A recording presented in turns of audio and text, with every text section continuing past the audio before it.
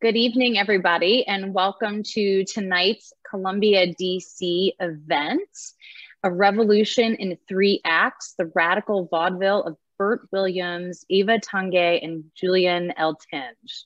We're delighted to have Professor of Journalism from the Columbia Journalism School, David Hajdu here, as well as John Carey, an artist, cartoonist, and painter. Before I formally introduce our guests, I just want to welcome everybody to this event tonight and remind everybody that this is part of our annual Columbia Connects programming, which supports organized programming on one day, and this year it's Wednesday, December 8th, with a number of events, both domestically as well as internationally. And so our event is one of the featured events. There have been several earlier in the day, and we'll be going on to this evening as well for our West Coast friends and folks who may be in other parts of the country or the world. So welcome everybody, and thanks for being here this evening.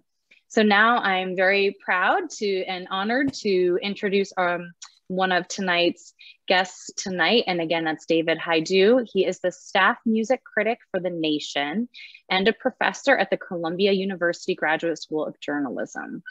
Before that, he served as music critic for The New Republic for 12 years. In a career spanning more than 30 years, he has written for The New Yorker, The Atlantic Monthly, The New York Times Magazine, The New York Review of Books, Harper's, and other publications. He is the author of 6 books, has been nominated to the National Council on the Humanities by President Biden in October 2021. What an honor. In addition to writing about music, he also writes music himself. The second album of songs he co-wrote, Ice on the Hudson, was released in 2018. Also joining us tonight is John Carey, a painter and cartoonist, and he was the editorial cartoonist for Greater Media newspapers for many years. So now, without further ado, I'm delighted to turn it over to our guests. Thank you so much for being here tonight. Thank you.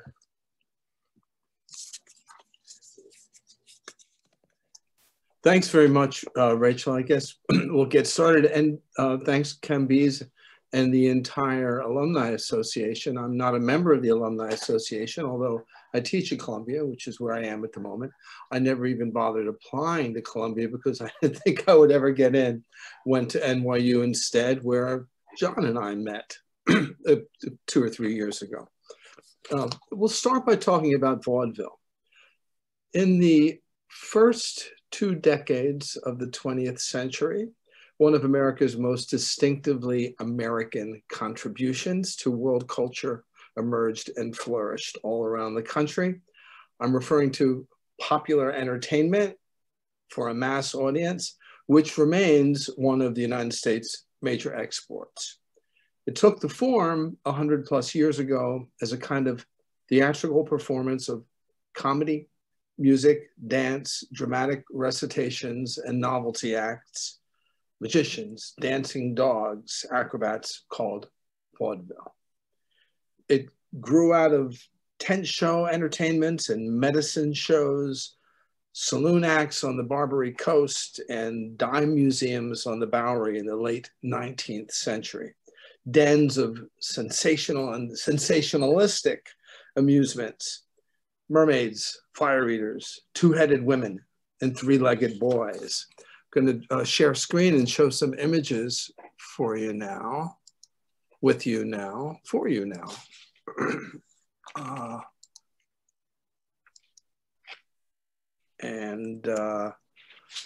Here we go.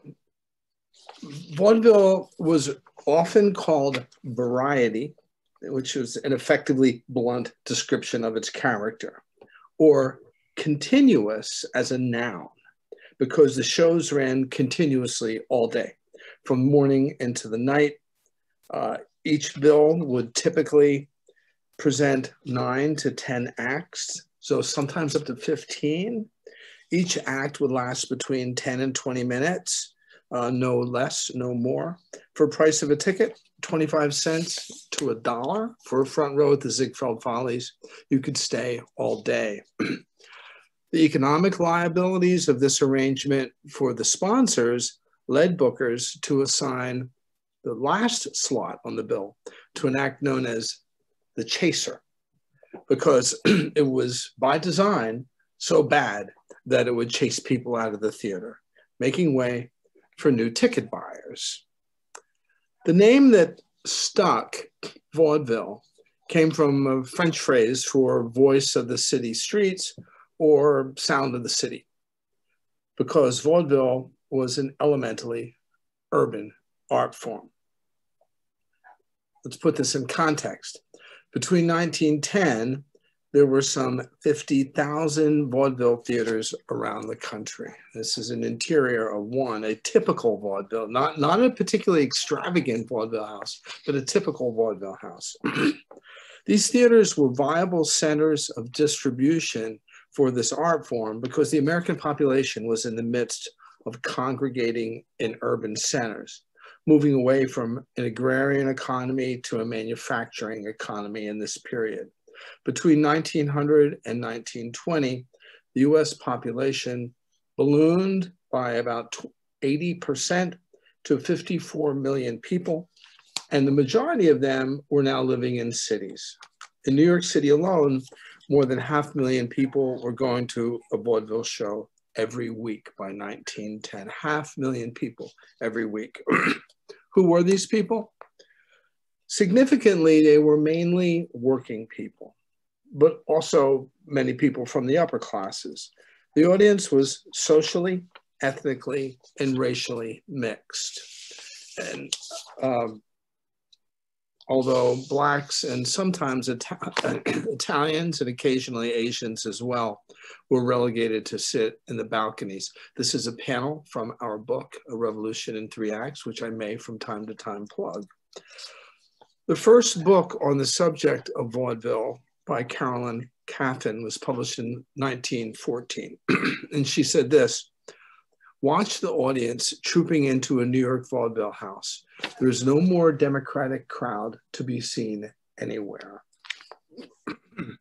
Vaudeville was largely defined by the immigrant experience, as the population of immigrants from Europe and parts of Asia ballooned during the industrial age to provide bodies for the making of industrial goods. Vaudeville was created primarily by immigrants and other social outliers, because African Americans were not immigrants. They did not immigrate here. Created by immigrants and other social outliers for people like them. As a consequence, a sizable share of vaudeville acts were fixed on issues of identity. If you think that identity is a 21st century issue, that we have exclusive domain over questions of identity, vaudeville was there 100 years ahead of us. Two of the most popular performers in early vaudeville, Joe Weber and Lou Fields. Weber and Fields were both Jewish, and they did an act impersonating German immigrants, which they landed on after first trying a blackface act and then an Italian parody act. Mock Italian acts such as, and forgive my language, the Happy Wops, forgive me, were enormously popular in these days, as were acts of whiteface and yellowface, as well as blackface. Acts of African Americans and Asian performing as playing whites, African Americans and whites performing as Asians in yellowface, a soup of interrogation and experimentation with identity. Variety of many kinds was the nature of vaudeville in multiple ways. Now, in other words, through all these forms of ethnic and racial portrayal and parody, vaudeville comedians and singers explored what it meant to be an American and also Irish or Italian or German or Jewish or Asian or Black. Now, indisputable proof of that vaudeville was doing something important. I'm going to switch back to myself now. Indisputable proof that vaudeville was doing something important lay in the disdain in which it was held in the higher quarters of society. Few scholars or critics were paying vaudeville much attention, but those who didn't like what they found. I'm going to quote from an article on vaudeville in the American Magazine from April 1920. This is an unsigned piece. I'm going to quote this at a bit of length. American Magazine, 1920, quote, "Vaudeville has done more to corrupt, vitiate, and degrade public taste in matters related to the stage than all other influences put together. Vaudeville audiences have had their minds so long drugged by such a wealth of cheap and obvious entertainment. Comic jugglers who fall down stairs in 50 different ways, brazen-faced singers who bawl out about coming home drunk, and others of that ilk, that they lost the faculty of thinking. A somewhat objectionably wide experience with vaudeville bills has convinced this writer that not me, I'm quoting the article, that a vaudeville show, especially in the first class houses, that does not contain at least one number that is calculated to make a decent woman ashamed of her presence in the theater, is about as rare as snow in Panama. Nowadays, it is anything to get a laugh or a shock. The only limit is what the public will allow, and the police apparently draw the line only at indecent physical exhibitions on the stage and not always there. The far more pernicious evil of suggestive songs and lewd, lascivious jests go quite unheeded by the authorities. I can think of no more convincing proof of the value of this art form." Now, we're going to talk a bit about each one of the main characters in the book, and I think each one of us will talk about one of them. And I'll start by talking a bit about Burt Williams. Burt Williams, excuse me, I'm sorry. Burt Williams, born Egbert Austin Williams in the Bahamas in 1874, is surely the best known of the three main subjects of our book, though he remains a figure challenging to understand. He's long been regarded as one of the most gifted comedians in the history of American performance. As early as 1900, and I think that's worth repeating, in 1900, Theater Magazine described him as, quote, "a vastly funnier man than any white comedian now on the American stage," end of quote. I don't think we need to be reminded that very few publications edited by and written for whites were talking about any Black artists in those terms. The great challenge in understanding Burt Williams is coming to terms with the fact that after his earliest years of apprenticeship, he worked exclusively in blackface. A Black man blackened up in blackface. A brilliantly gifted, erudite, and deeply philosophical Black man, portraying a slow-moving, slovenly caricature of a Black man as seen by whites, as a white stereotype. He did this for a variety of reasons, as the scholar Michelle Wallace addresses in her foreword to our book. Why did he do this? To deny whites the exclusive privilege of portraying Blackness, to deepen and humanize the portrayal of Black identity to white audiences, providing a portrayal less reductive and less demeaning than whites in blackface. Still reductive, still demeaning, discomforting for us to see today, and yet significant in that it's less reductive and less demeaning. And to think that that was considered progress is very hard to grasp today and hard to take. And why else did he do this? To make a living in a world where opportunities available to even the most gifted Black performers were horrifically limited. I'm going to show some slides of Burt Williams now.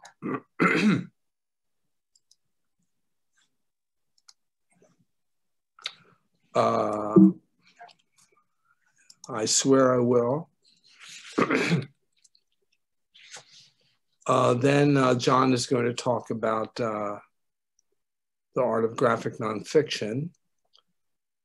Burt Williams, this is Burt Williams. I'd like to quote Burt Williams on why he chose to do blackface. He said, "I wouldn't do blackface. Nothing could have induced me to. So I worked straight and made $8 a week for a whole year. Then I awoke to the fact that $8 wasn't conducive to clean linen. So I went to work using black cork. I got $50 a week then." For most of his career, Williams worked in partnership with another important Black performer, George Walker. Williams and Walker produced and funded their own shows, including some groundbreaking early works of Black musical theater. As Walker wrote in a message to, this is Walker writing in a message to readers in the Age magazine in 1908, "We want folks to like us, not for the sake of the box office, but because over and behind all the money and prestige which Walker and Williams gain is a love for the race, because we feel that in a degree we represent the race, and every hair's breadth of achievement we make is to its credit. For first, last, and all time, we are Negroes. Our payroll is $2,300 a week. That's significant money then. Figure how many families that's supporting. Williams and Walker are a race institution." Now, despite his brilliance and the high esteem in which he was held in his day, Burt Williams was the victim of monstrous racism. In a letter he wrote in 1922, Williams said, "I was thinking about all the honors that are showered on me in the theater, how everyone wishes to shake my hand or get an autograph. A real hero, you'd naturally think. However, when I reach a hotel, I'm refused permission to ride on the passenger elevator. I cannot enter the dining room for my meals, and am Jim Crowed generally. But I'm not complaining, particularly since I know this to be an unbelievable custom. I'm just wondering, I would like to know, when the ultimate change comes, if the new human beings will believe that such persons as I ever existed." When Williams died in March 1922, some 15,000 people of all races, waited outdoors in the rain to walk by his casket. I'm going to turn things over to John to discuss our decision to tell these stories in graphic form. And I'll hand this over to John. Okay. Let's see.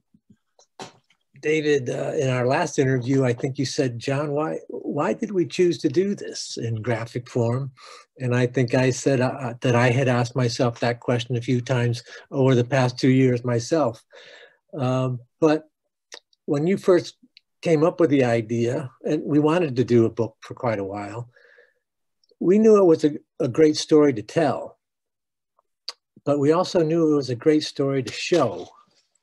And I think we have a few images here that show why it's unique. Can you go just back to the, sorry, David, could you just go back to the first one a second? Yeah. This image is really sort of an establishing shot for a sequence, and it's also an establishing shot in a way for the book. And in some ways, the graphic art form of books does mimic film. And this is where it really sort of began on 14th Street at Tony Pastor's Vaudeville Theater. And we've got the colorful scenes outside the theater, and the next image takes us also to a New York scene, which also represents kind of the special way that graphic bookmaking can work, and was very pleasurable for me because this was a very important show. This is the first Black musical on Broadway. And I had imagery available to me of this rooftop theater, or the garden of the casino theater, and I had the New York skyline and all the other facets of it, but there was no picture of this historical event. So putting it all together is another way that in graphic form we were able to show something without $1 million movie price tag, show something that was very important in American history. And as the composer Will Marion Cook said, Negroes are at last on Broadway and here to stay, and they were. And speaking of graphic work that can work in a historical way, in a little bit more of a cartoony fashion, we wanted to highlight just how progressive and outrageous and shocking for the times one of our characters, Eva Tanguay, was. So comparing her to her contemporaries, in a comparison and contrast here, you have Elsie Baker singing "I Love You Truly" in the form of the day, very sedately, and Eva Tanguay, meanwhile, is singing "I Want Someone to Go Wild with Me." And on the lower left there, you have Billy Murray very gently crooning "Come Take a Skate with Me." And believe it or not, we have Eva Tanguay countering that with "Go as far as you like." So, so we've got different kinds of imagery and different kinds of approaches in our book, which graphic work offers us. This is a very serious page of a very serious time of racial riots in New York City. And our Burt Williams' partner, George Walker, is chased by a white mob and has to escape. And he's hoping he has, because he'll probably be killed if he hasn't escaped. And this is a remarkable page. I'm not saying that to brag, I'm saying that because David set it up. David set up the blueprint for all these images in the book and all the layouts. He understands narrative storytelling very well, and wrote a very great book, The 10-Cent Plague, about the 1950s crackdown on comics. But in this page, these 5 panels, we've got George Walker coming down into a basement and escaping the men chasing him. In the second panel there, we've got maybe 5 or 10 seconds later, he hopes he's okay. He hopes he's eluded them. Dusk settles. Something's happening between these 2 panels. A great bit of time is going on, transpiring, perhaps half an hour. To the next panel, I'd say an hour or so, maybe more. And finally, he's still there. He's still waiting. He's still hoping he won't be killed. Perhaps 2 or 3 hours. And so this page really slows time down in a remarkable way that graphic storytelling can, in a way that film can't even. So every time we change from space to space in those white spaces between the panels, something else is happening, and I'm glad to say George Walker escaped that situation. And speaking of time and also a kind of film approach, we've got a rather famous entry. This was in the Ziegfeld Follies by Bert Williams, and we're seeing this curtain, which at first is kind of startling as a blank image up for a graphic book. But we're seeing the curtain as the audience waits for this famous entertainer. And we get a tiny glimpse of a hand showing up. Then a slight peek of a top hat, and then a slight peek of the man himself poking his head around the corner. Then the curtain shuts again. And then a foot pops out. And then there he is. He's made his entrance. He's created a certain comic suspense, and he's made a brilliant entrance into the show. And we finally end up with a reverse perspective. Whoops. of the audience from his point of view, who's delighted with it. Let's see. Speaking of Burt Williams, here's another example of graphic work. David, again, gave me the idea. And I think in this case, we have graphic work that is analogous to maybe only what drawing and painting can do. We have a scene here where Burt Williams has gone back to his library. And it's after a particularly painful time in his life, and he's wondering where he fits in American entertainment, and really if he fits in America. It's a combination of realism and a rather fantastic psychological vortex of traumatic experiences that we have experienced previously. The top faces are faces from an early time of humiliation he had on stage as a young actor, and the faces further down, closer to him, are people he just dealt with earlier in the night, who have let him know he's really not welcome in the entertainment industry and in the theater. So another use, I think this is our last image, switching gears. I think that this also deals with psychology of sorts, but the style has changed to create some humor. One of our principals, Julian Eltinge, had great delusions of grandeur of making an artist colony, making a sports complex, game preserve, amphitheater, all this in the Southwest, and it never really came to fruition. He liked to talk a big story, so we approached it in a humorous way, and I think it also reveals that the style can be a bit fluid in a graphic book.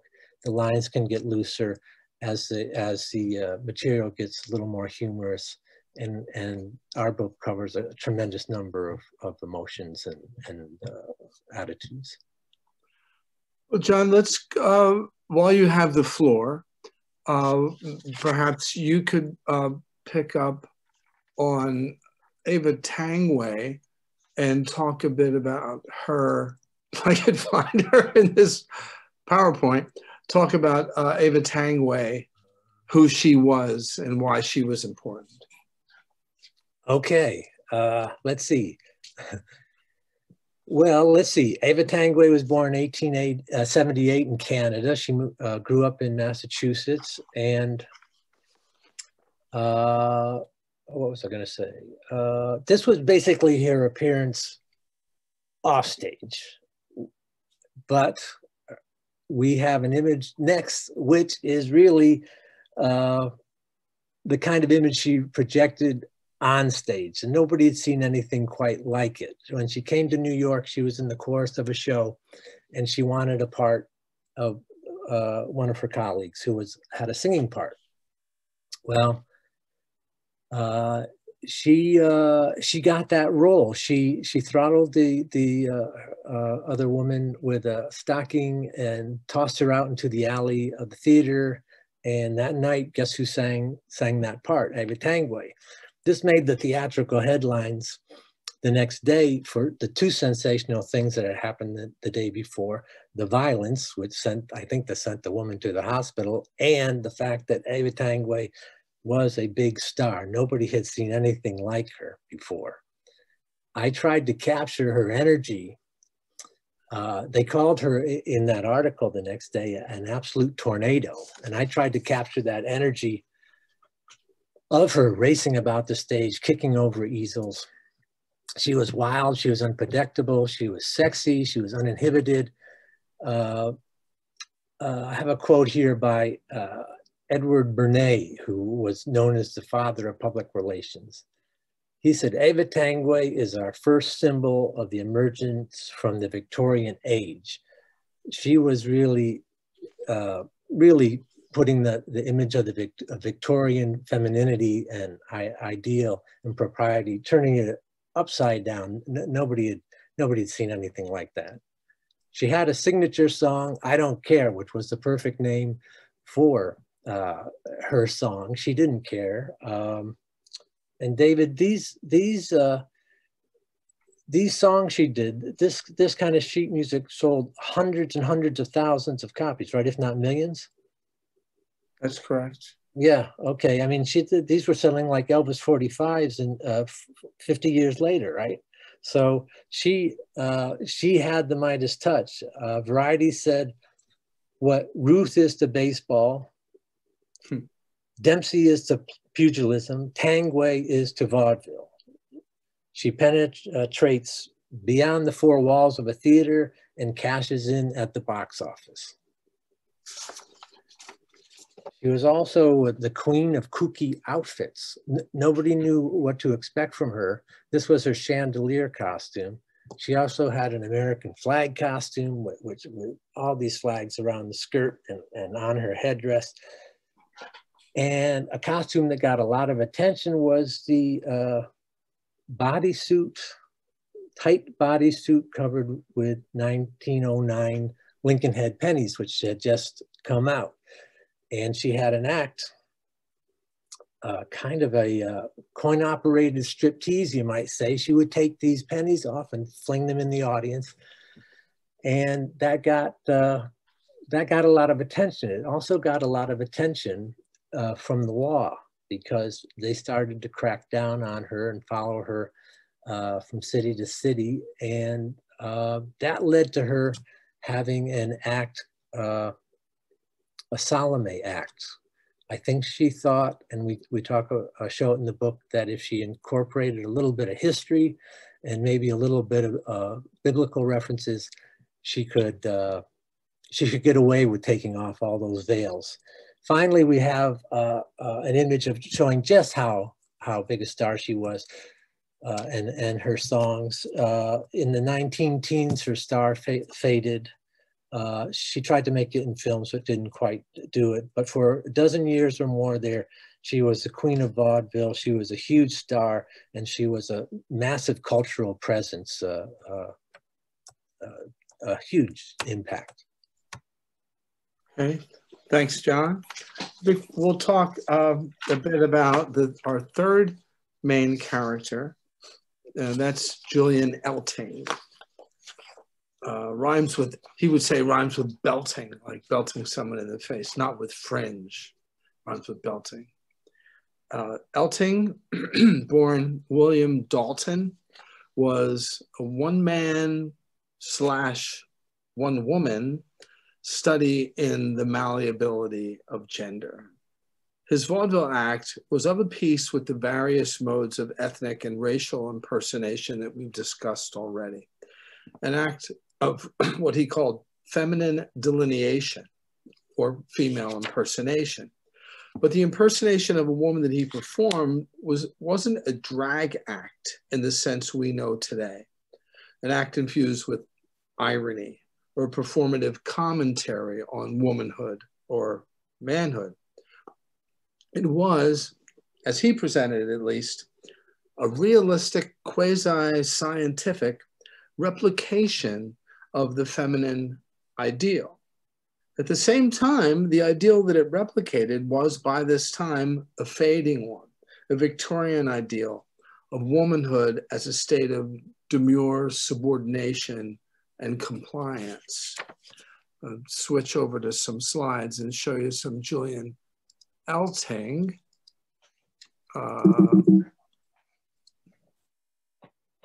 Here he is in his costume, appearing tonight, Julian Eltinge, feminine delineator. Audiences knew that what they were seeing was a man. So what Eltinge was accomplishing was, in effect, an argument for the performativity of gender. Anyone could be a woman. He was saying, look, here's the proof. As a writer for the New York Mirror noted in an article published in 1911, quote, Julian Eltinge is an amazing mirror in which we see ourselves. not unfortunately as we all are, but as we all want to be.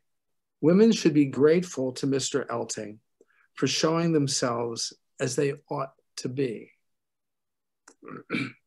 Off stage, in his ostensible real life, he portrayed another gender stereotype, posing as a rough and tumble, cigar-chomping man's man, handing out press photos of him off stage on his farm, painting his house, or under the hood fixing his car.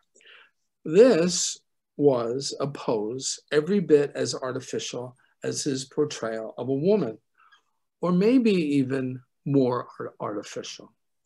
He even had postcards printed. This is a postcard he had printed of him on a cruise with his alleged fiancée. It's a woman he was never known to be seen with prior to this or after this point, but there are postcards with her identified as his fiancée. Here he is in a press photo working on his farm. Okay.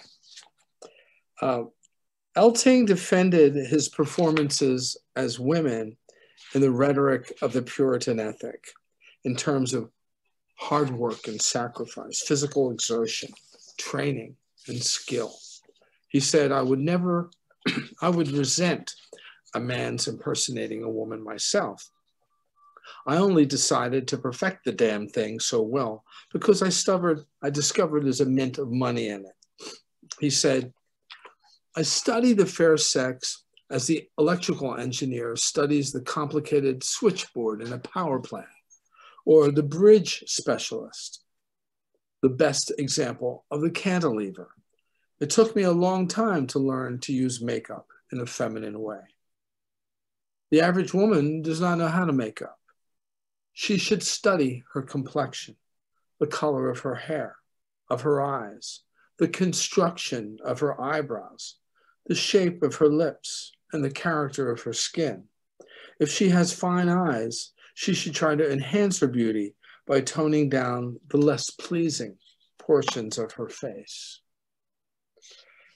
A huge star in his day, in an act of walking on stage and impersonating a woman, and not dancing, and not even reciting dialogue, but just posing, a huge star.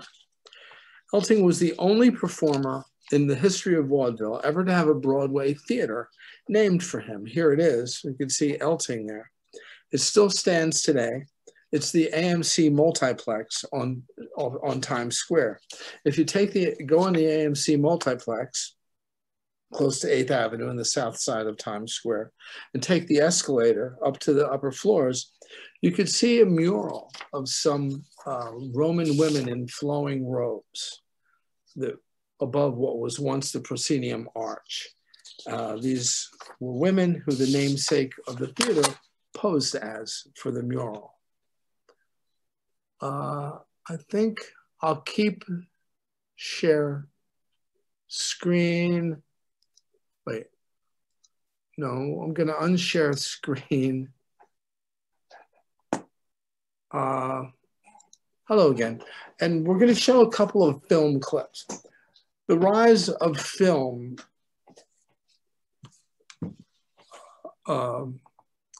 coincided with the decline of vaudeville, and not by accident. It became the new popular entertainment and replaced vaudeville as the dominant form of popular entertainment in America.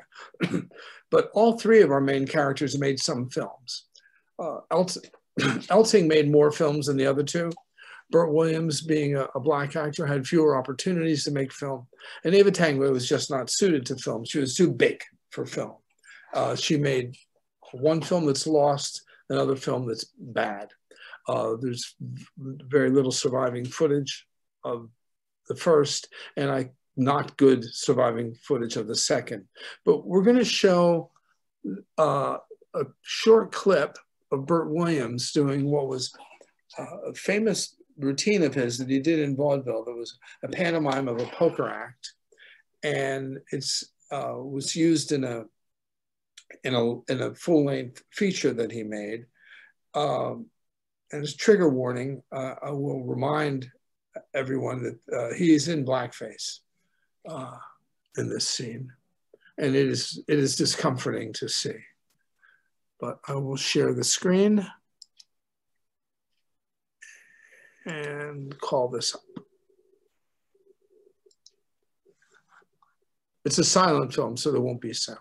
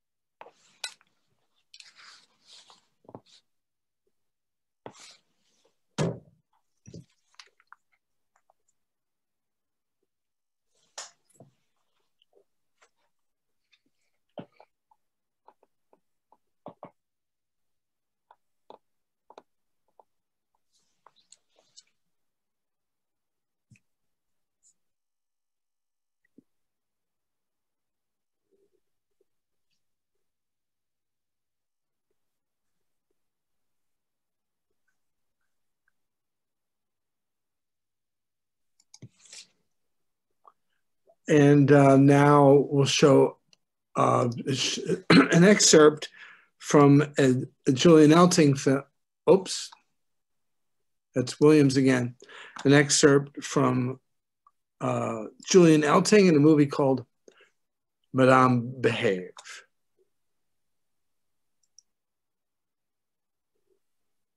Also a silent film. That's Eltinge in the dress, of course.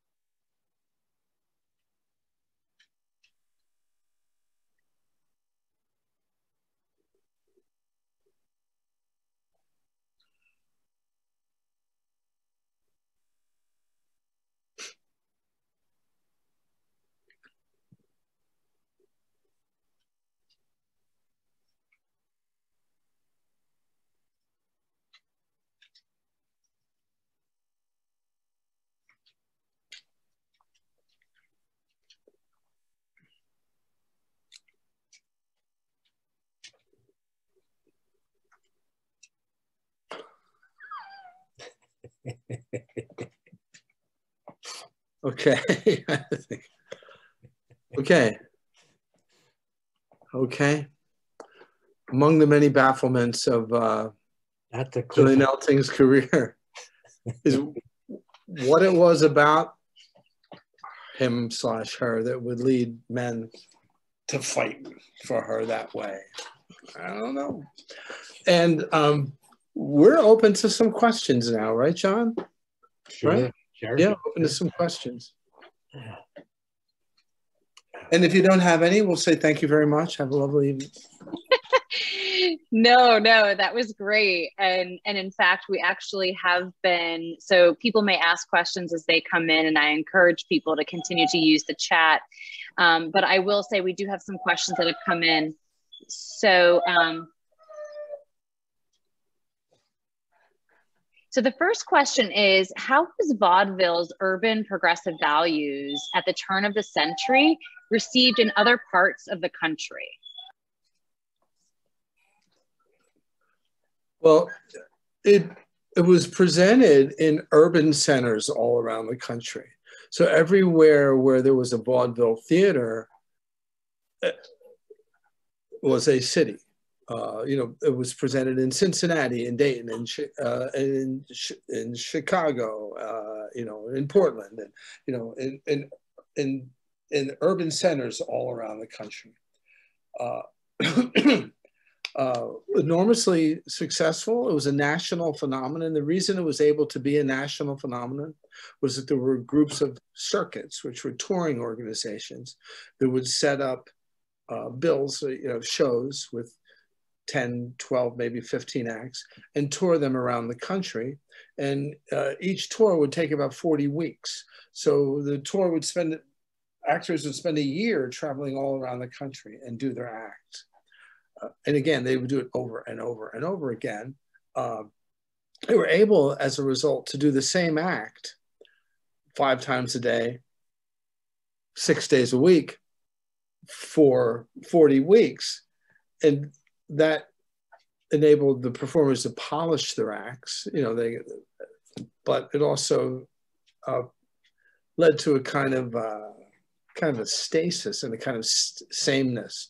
The performers didn't refresh their acts as often as they would if they're playing to returning audiences. But the answer to the question is that the vaudeville theaters were in cities all around the country, so they always had a city audience. That's so interesting, and that actually does tie into 2 other questions that are cute, you know, that folks have sent. So the first was, to your point around cities, was curiosity from somebody in the audience about how these pioneers, specifically the ones whom you mentioned, how did they measure up internationally in other cultural centers and other cities like London or Paris or other places? Yeah. That's a very good question. Maybe John wants to speak to this too. Very few vaudeville performers played much overseas. The top performers were exceptions. Eltinge claims to have performed extensively overseas, and he talked about being how popular he was overseas. There's not a lot of documentation of those performances. He's certainly was known to have performed in London, but not as widely as he said. Burt Williams had some very significant performances in London, very significant. He played at Buckingham Palace in a special outdoor stage set at Buckingham Palace. And the king, John, was it Edward or George? I can't remember which king it was. Edward VII. I think Edward VII. Edward VII. It was George the other day, but I looked it up. So King Edward VII invited Williams into Buckingham Palace the next, either that day or the next day, I can't remember. It's in the book, and asked him to teach him some of his routines and songs. And then invited Williams to come back the next day. And the king had worked up one of the songs that he performed. There's documentation of this where Williams is talking about it. And he performed it for Williams. And Williams said, that's very good, King. Would you like to trade something like, would you like to trade jobs? And then feeling, you know, being recognized in a way that he wasn't recognized in the United States was very gratifying to him, but also deflating once he and then the touring company returned to the States and faced the racism that they faced here. There was a precedent of vaudeville in London in and kind of a parallel in the English music hall. They're not precisely the same forms. Vaudeville is a little wilder, a little freer, and a little stranger, but they're essentially comparable forms. And there was Italian tradition of skits being performed between acts in operas that's connected to vaudeville. There was a French tradition with some parallels to Folies Bergère, you know, and other kind of bawdy forms of entertainment. So there were some parallel forms around Europe.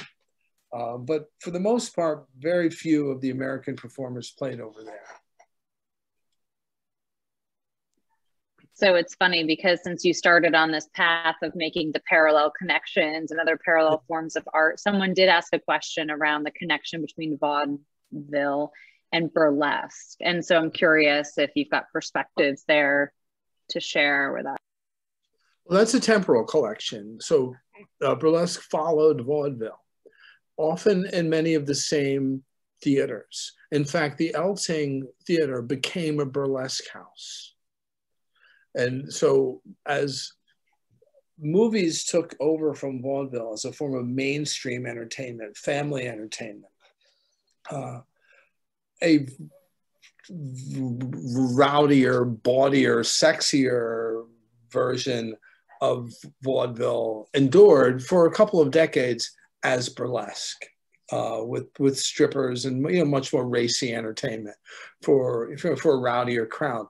And the Eltinge Theater, once it became a burlesque house, was the place where Abbott and Costello met. They were both burlesque performers.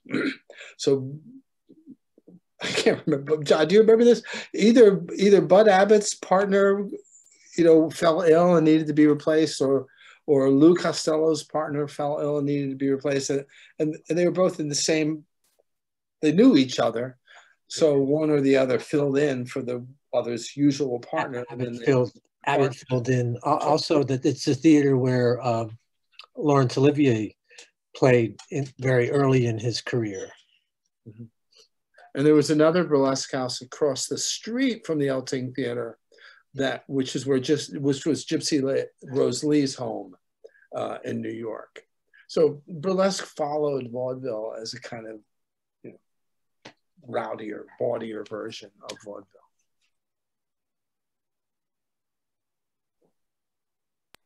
That's great perspective. Thank you. So there is a question in here, and I'm also going to kind of put my own frame on it as well, which is around looking at, you know, sort of the comparison of vaudeville of 1910 and through 1920 to today, right? And so if we were to compare the sentiments of Broadway or other forms of art and culture today and performance art, you know, I guess sort of, again, a question for both of you, you know, how have we progressed?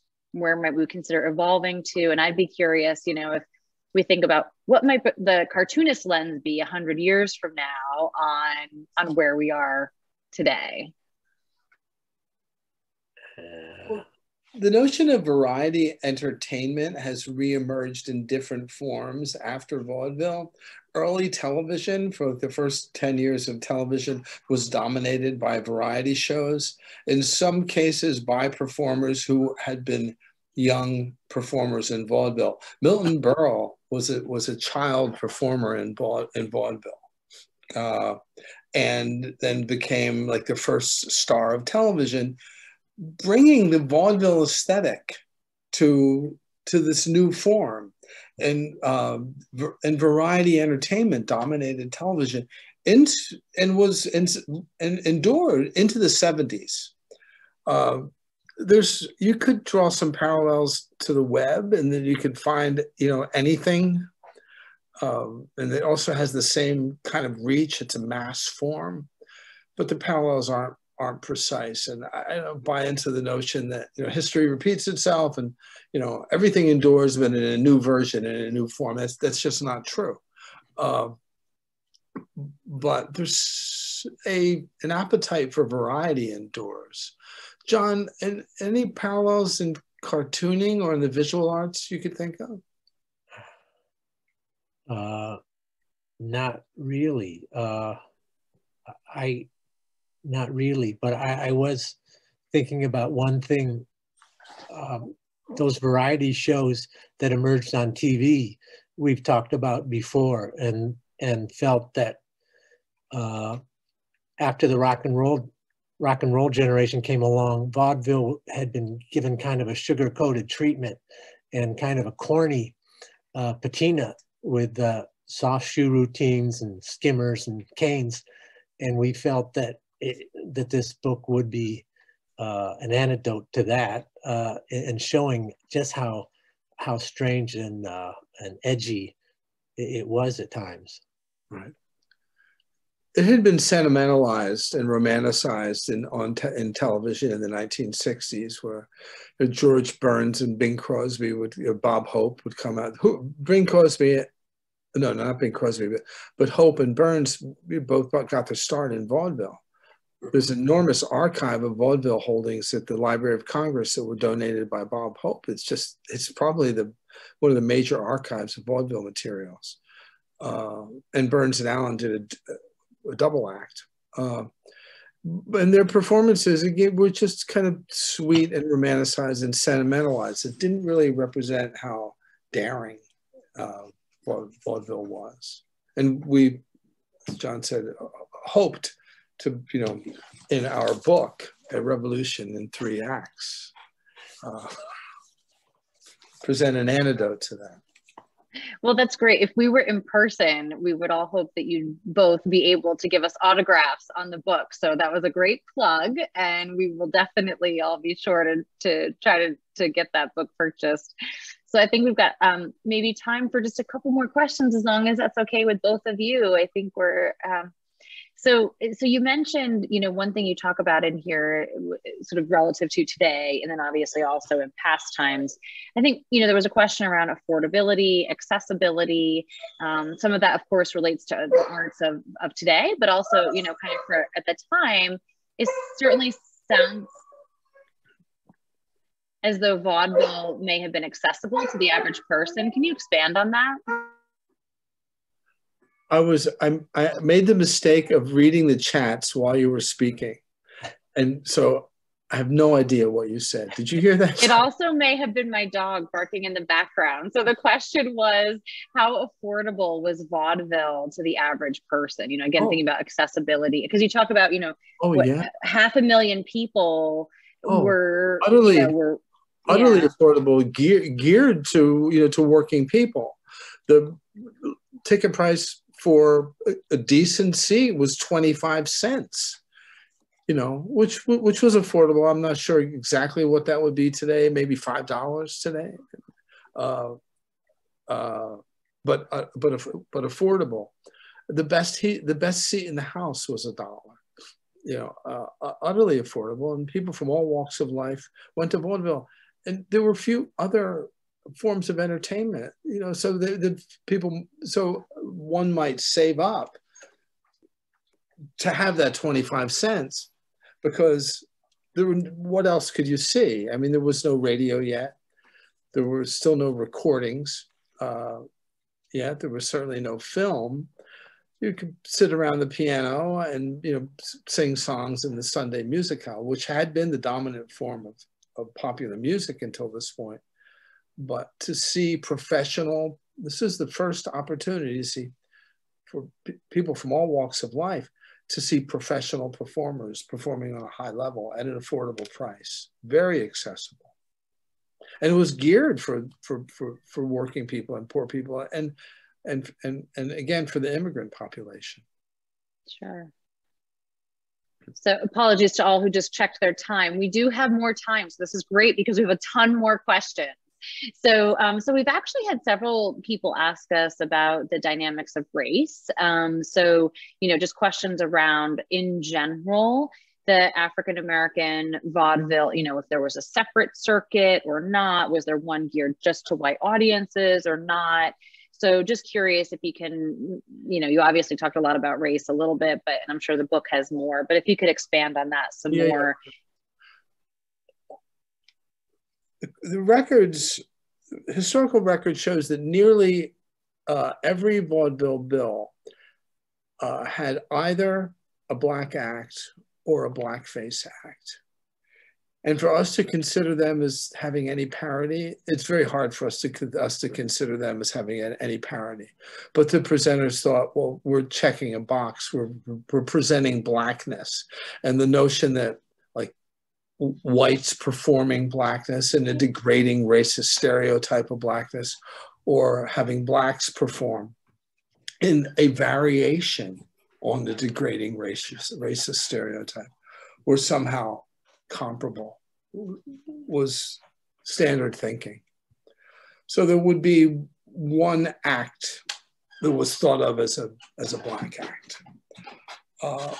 There was in time, it took some time for there to be enough black acts to surface, for a black alternative vaudeville to surface. It was the Toba circuit, sometimes called the Chitlin circuit, which emerges in the 1930s, which is slightly after the heyday of vaudeville. It's like in the era of burlesque, really, we start to see the Toba circuit surface. And there had always been tent shows, live performances of black artists, singers, dancers, and performers, sometimes doing dramatic recitations in black communities all around the country, and sometimes in rural centers and sometimes in urban centers. It is also a quasi-national system of touring entertainment, not quite vaudeville. There would be, tent shows or medicine shows too. And some of those shows also included minstrelsy, and the jazz artists came up through that. Ethel Waters came up in a minstrel act. The Lester Young, the great tenor saxophonist for the Count Basie band, played in a medicine show act that included minstrelsy. So there was a lot of slippage and fluidity between the prideful presentation of the black experience by blacks for black audiences, and a more demeaning representation of blackness in the form of minstrelsy. The kind of slippage, it's very hard for us to understand. So related, though not exactly the same, of course, obviously looking at Julian Eltinge sort of dressing up as a female performer, right? So there was some questions from folks around, obviously the differences between then and now of a male performer dressing as female, vice versa. Any sort of general thoughts on that? Eltinge, I think I could speak for John and say Eltinge was our the character was a big revelation to us, and the one that we sort of most enjoyed learning about. And he was such a mystery. Cracking that mystery was really a thrill for us. And to both of us, I think he's a key to a lot of the way that we think about gender today, and didn't have a lot of precedent. It's not as if there was no precedent today, but the idea that gender is something that can be adopted or gender is a construct, that you learn the right rules, get the right tools, get the right equipment, that you could be a woman or a woman could be a man, radical at the time. And it was such a phenomenon in his day that he published a magazine called the Julian Eltinge. We didn't talk about this earlier because the time was limited. The Julian Eltinge magazine, where he laid out advice for how any woman could become the feminine ideal, which is to say that anyone could become the feminine ideal, because he's a man who became a feminine ideal. It really foreshadowed a lot of the way we think about gender today. Interestingly, he was essentially driven out of business by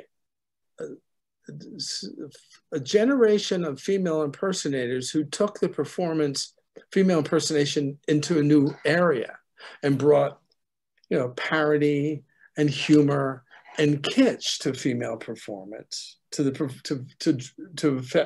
female impersonation, and establish what we think of as drag. He wasn't a drag artist by the terms we know today. So there was a full-bore like craze for drag acts in the 1930s. And we have a page, John, do you have maybe I could find it quickly. We dedicate some attention to this. It's called the pansy craze. And we have a page dedicated, if you can see this, to the pansy craze. Can you see that on here? Yeah. To performers who took female impersonation in a new direction.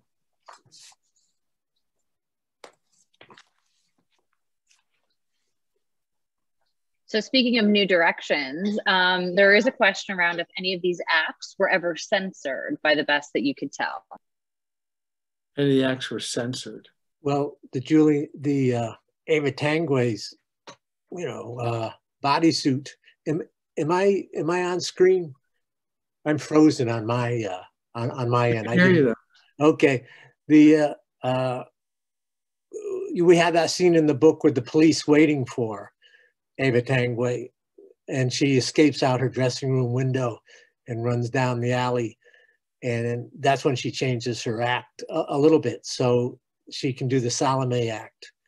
And that Salome act sort of took off all over vaudeville, but they were cracking down on her quite a lot, right? Yeah, and she was actually literally arrested at least once, but there was no system of regulation of vaudeville content. There was no parallel to the Hays office in films, or the MPAA that replaced the Hays office, or the FCC. It was utterly unmediated and unregulated. So it was very much like anything goes operation, but a laissez-faire one. So anything goes that the market would sustain, that the audience would take. And there was some censorship, but no, I wouldn't say it's censorship. There was some reaction by the police, mostly on Sundays, where they had where they could stand on the grounds of blue laws, where lascivious acts were banned on Sundays. But no censorship by theaters. There was no censoring or regulating body that's a parallel to the FCC or the Hays office.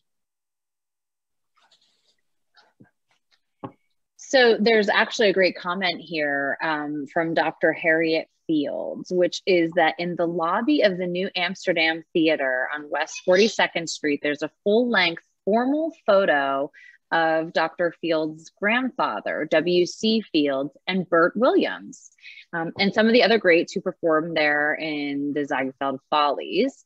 And so then there's another comment, W.C. Fields would not go into a restaurant that would not let Burt Williams in the front door. And then there's a web link for some additional information. So thank you so much, Dr. Fields, for sharing that with the group and with all of us. I think maybe I'll ask John to cover this, but we devote some space to the deep relationship between Fields and Burt Williams in the book, and we have a section on that. John, do you want to talk about that? Well, one of the things I did know before we started the book was that quote that we use by W.C. Fields, that Burt Williams was the funniest man I ever saw and the saddest man I ever knew. And it was, I admire W.C. Fields so much. It was really great to see that friendship and to see what a good guy he was and what a good friend he was to Williams. And as I said, we have a section that's fairly dramatic about the relationship, their friendship. It was very important. It was very important. The relationship was very important to both of them. And John has a great drawing of young Fields. So while you're fielding the next question, maybe I could hold up John's great rendering of. young. I also came across a quote recently, David, that I hadn't come across before about Fields talking about Elting. Yeah. What did he say about Elting? He said that women went crazy about it. Elting had a fascinating hold on people. You smartly put a section in the book where a man and a woman, young man and woman, are in the audience, and the woman's sort of wondering, like, well, what's so special about this?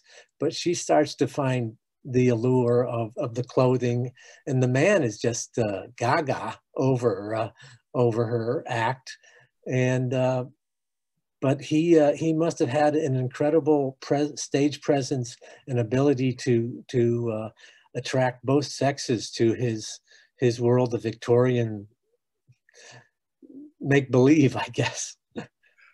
I could pick up on the fact, I think I'm so glad that the doctor pointed out that image of Williams and Fields in the New Amsterdam Theater.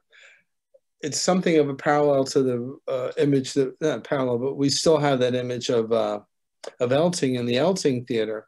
And there was an enormous photograph of Eva Tanguay in a prominent venue of presentation for years. It was on stage at CBGB's. So if you know, and it's in countless photographs of, like, you know, the Ramones at CBGB's, and there's an enormous photograph of this wild woman, you know, behind Joey Ramone, you know, like, and it's Eva Tanguay, because she was like a punk rocker in 1905. It's so awesome to think of a punk rocker from 1905. It's true, she was. Somebody knew it enough to put this enormous photograph of her behind the stage. And anybody who's been to CB's, you know, this is Alumni Association, there are enough people who were there. You get a picture, you may remember, if you remember anything from going to CB's, you know, not easy. Remember the kind of wild woman that was Eva Tanguay. That's great. So speaking of wild, so there's a question around, you know, the creative process. So creativity of both the written material and the narrative when it meets the graphic depiction. You know, I think this is specific to both of you, kind of as looking at the book. So do you have any observations, kind of how you want to talk through that maybe a little bit, the creative process of, you know, blending together the written material and the narrative and the graphic presentation? No. Well, I'm sure we both have a lot to say about this, John. Well, you did the research, and you wrote the text, and then you laid out batches of pages that you would send me, about 7 at a time. And I think we saw fairly quickly that we would be okay. It wasn't like I had to throw out much material along the way. And it was about 7 batches, 7 pages per 7 weeks, I guess, for a couple years. There would be tweaks along the way, a few changes along the way, but I think you had a very difficult task, because unlike writing any other kind of book, you could not go back really and revise and reorder things, because things were set in ink, pen and ink and brush, as we went along. So right. I think you did in that sense, it was, that was an enormous challenge, that once we decided on this subject to do this book, I think I didn't send John any material for, I think, 3 months, because I had to map out the entire book and like in thumbnails, like I made it like this, map out, you really can't see it, but this is a thumbnail. map out the entire book, because as John said, once he's spending weeks really doing the rendering and doing this beautiful art, we can't go back 2 years later and say, you know, I don't know about those first 10 pages. Let's throw out those first 10 pages. I have a different idea for that now, in the way that you can with a prose book. You know, once it's there, you know, it's best to keep it. So that was an enormous challenge. So we had to have a sense of the pacing of the whole book from the beginning, which is a kind of a crazy challenge. And the other thing that was very difficult for me, because I usually do prose, was the distillation that it takes to work in this form. Both of us were always reducing, and reducing. So we could say in one word balloon of maybe 4 or 5 words, you know, convey what you might cover in 2 or 3 pages of text, and also try to say 2 or 3 things at the same time, and have the word balloon say one thing and the imagery say or imply something else, and then have them add up to a third thing. So the graphic form, you know, is a language all its own, with a grammar all its own, and demands and challenges all its own, which we wrestled with. It took us several years to do this. And it's a short book. I mean, I look at it now, it's like, what? This took us 4 or 5 years, I guess, maybe all told, close to 5 years. I think so. Yeah, 5 years. So, yeah. But fortunately, we're old friends, and we still are. That's amazing. Although we had a couple of weeks when, you know, but we're still friends. That's great. So there is a question here. There's a couple of questions. We're not sure if we've got a full lens on this, but there's some questions around the films. You know, where were they? How were they silenced? Where were they filmed? You know, those kinds of questions. So can you maybe just expand on that a little bit and what you've learned? You know, I think the early films were, of course, done in, you know, Fort Lee and the Palisades in New Jersey, which was the film center in the early days of film. But both Tanguay and Eltinge moved to California. So as the film industry moved to California in hopes of us building film careers there. But they both relocated in the 1920s. You know, and Eltinge made a fair number of films along the lines of the one that we saw today. And he even made a few talkies. But he never quite clicked as a film star. And Tanguay was kind of doomed in film, but she died in LA, where she resettled. She ended up opening a shop, a memorabilia shop, selling her own mementos of her life in vaudeville. And Eltinge had this grand palace that he built in LA. But he did move back to New York and died in New York. Williams's films, I don't remember candidly, but I believe they were done in the East Coast. I'm virtually certain his films were done in the East Coast, but I can't say absolutely.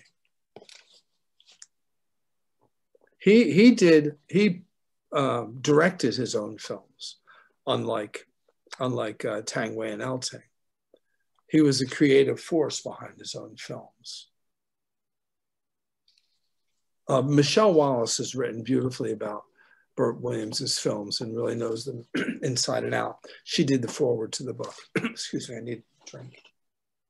Too much talking.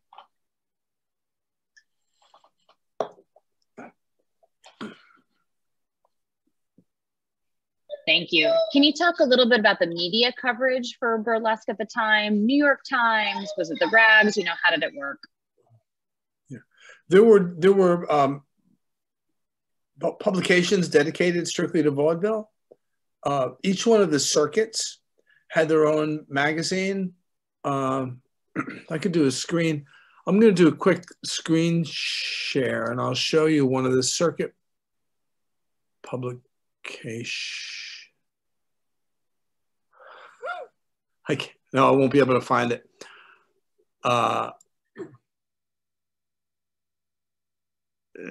I won't be able to find it quickly enough. But each one of the circuits had their own magazines for their fans. And of course, Eltinge had his own magazine. The newspapers around the country covered vaudeville extensively. Whatever show was in Boise, you know, or in New Orleans or wherever, would be covered thoroughly.